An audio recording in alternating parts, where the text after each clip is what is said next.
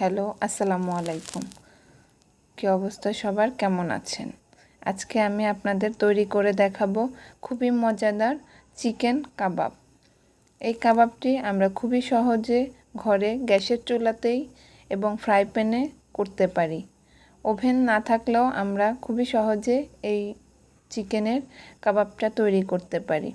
এটা কাঠিতে গেঁথে করা হয়, এজন্য এর নাম চিকেন কাঠি কাবাব। তো চলুন দেখে নেওয়া যাক এই রেসিপিটি। খুবই সহজ এবং ইজি একটা রেসিপি, কিন্তু খেতে খুবই মজাদার এবং খুবই সুস্বাদু একটি খাবার। ছোট বড় সবাই খুবই পছন্দ করে এই রেসিপিটি। এই কাবাব আমরা রুটি, ভাত, পরোটা, পোলাও, নান যে কোনো কিছুর সাথেই খেতে পারি। আবার শুধু শুধুও কাবাব খেতে কিন্তু বেশ ভালোই লাগে। এই রেসিপিটি তৈরি করার জন্য খুবই সামান্য কয়েকটি উপকরণ লাগে। এর মধ্যে অন্যতম হচ্ছে চিকেন। এখানে আমি একটি মুরগির বুকের মাংস নিয়েছি, হাড় ছাড়া বুকের মাংস। একে আমি ছোট ছোট পিস করে কেটে নিয়েছি। এর সাথে আমি 1 টেবিল চামচ ভিনেগার দিয়ে দিলাম, 1.5 চামচ গোলমরিচের গুঁড়ো এবং গরম মশলার গুঁড়ো দিয়ে দিলাম 1/2 চামচ, জিরার গুঁড়ো 1/2 চামচ এবং লবণ 1/2 চামচের মতো। সবগুলো মশলা দিয়ে মাংসটাকে কিছুক্ষণ মেখে ম্যারিনেশনের জন্য রেখে দিব। যেহেতু এখানে ভিনেগার দেওয়া হয়েছে, তাই মাংসটা থেকে স্মেলও চলে যাবে এবং খুব দ্রুত এটা ম্যারিনেটও হয়ে যাবে। এখন আমি একটি মশলার পেস্ট বানিয়ে নিব।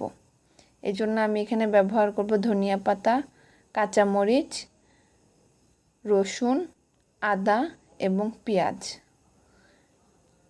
এই পেস্টটা আপনারা ব্লেন্ডারে অথবা পাটায় বেটেও করতে পারেন। আমি এখানে ব্লেন্ডারের সাহায্যে পেস্টটা করে নিচ্ছি। একটি মিহি পেস্ট তৈরি করে নিব। এখানে পানির পরিমাণ খুবই অল্প দেওয়ার চেষ্টা করেছি, না হলে পেস্টটা খুবই পাতলা হয়ে যাবে। তো এখন আমি একটা পাত্রে 2 চামচ টক দই দিয়ে দিলাম এবং এর সাথে আমি দিয়ে দিব আমার মশলার পেস্ট দিয়ে আমি একসাথে খুব ভালোভাবে মেখে নিব। আপনারা মাংসের পরিমাণ অনুযায়ী এই পেস্টটা তৈরি করবেন। খুব ভালোভাবে মিশিয়ে নিব। মিশিয়ে নেওয়ার পর আমার আগে থেকে যে মাংসগুলো আমি রেখেছিলাম ম্যারিনেশনের জন্য, ওটার মধ্যে আমি এই পেস্টটা দিয়ে দিব। এখানে আমি 4 টেবিল চামচের মতো আমার পেস্টটা লেগেছে। এটা দিয়ে আমি সেমভাবেই মাখিয়ে নিয়ে আরও কিছুক্ষণের জন্য রেখে দিব। এখানে আমি 1/2 আওয়ারের মতো রেখেছি। আপনারা চাইলে আরও বেশিক্ষণও রাখতে পারেন, তবে আধা ঘন্টা, মিনিমাম আধা ঘন্টা রাখার চেষ্টা করবেন।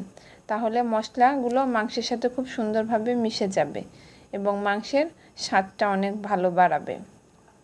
তো আমি এখন কাঠিতে গেঁথে নেওয়ার আগে মাংসগুলোকে আবার নাড়িয়ে চাড়িয়ে সবগুলো মশলা মাংসের মধ্যে ঢুকিয়ে রাখার চেষ্টা করেছি।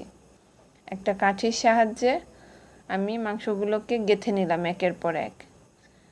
কাঠিটাকে আপনি মাংস গাঁথার আগে আধা ঘন্টার জন্য পানিতে ভিজিয়ে রাখবেন, তাহলে আর কাঠিটা বার্ন হবে না এবং খুব সুন্দরভাবে সেট হয়ে থাকবে।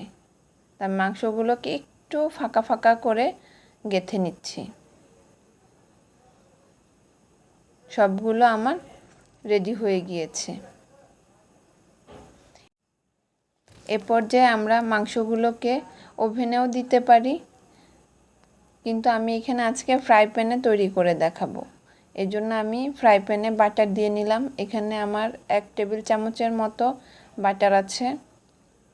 আমি বাটারটা গলা পর্যন্ত অপেক্ষা করব। বাটার কাবাবটা স্বাদ বহুগুণ বাড়িয়ে দিবে, এজন্য আপনারা চেষ্টা করবেন অবশ্যই বাটার ব্যবহার করতে। এখন আমি কাবাবগুলোকে একে একে ফ্রাই প্যানে দিয়ে দিব। চুলার আঁচটা মাঝারি হিটে রেখে কাবাবগুলো ভাজার চেষ্টা করবেন। এতে খুবই সুন্দর করে সিদ্ধ হয়ে যাবে, আবার উপরটা বার্নও হবে।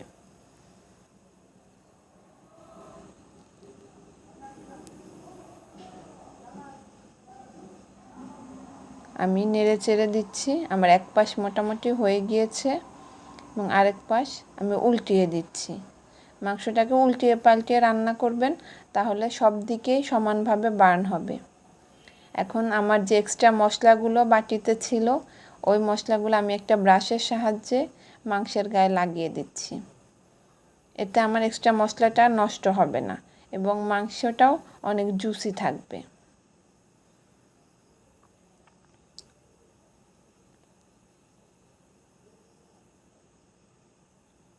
সবগুলো মশলাই আমি ব্রাশের সাহায্যে প্রতিটা মাংসের গায়ে লাগিয়ে দেওয়ার চেষ্টা করেছি, যাতে আমার মশলাগুলো নষ্ট না হয়।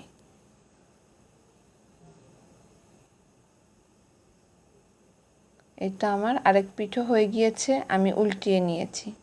ধীরে ধীরে আমার কাবাবের কালার চলে আসছে। একটা রান্নার কালার দেখে বোঝা যায় রান্নাটা কমপ্লিট হয়েছে কি না। তো আমি অলরেডি আমার হয়ে গিয়েছে, আরেক পাশে একটু উল্টিয়ে দিলে হয়ে যাবে। তো এই তো হয়ে গিয়েছে আমার কাবাবগুলো, আমি উল্টিয়ে পাল্টিয়ে নিচ্ছি। এরপর আমি এখানে একটু বাটার ব্রাশ করে নিব। এই বাটারটা ব্রাশ করলে কাবাবের স্বাদ আরও বেড়ে যায় এবং কাবাবটা দেখতে অনেক গ্লসি মনে হয়। এজন্য আমি একটু ব্রাশে বাটার নিয়ে ব্রাশ করে দিলাম।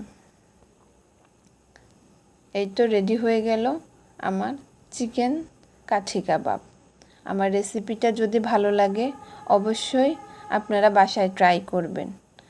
যারা এখনও আমার চ্যানেলটিকে সাবস্ক্রাইব করেননি, তারা আমার চ্যানেলটিকে দয়া করে সাবস্ক্রাইব করবেন এবং আমার পাশে থাকবেন।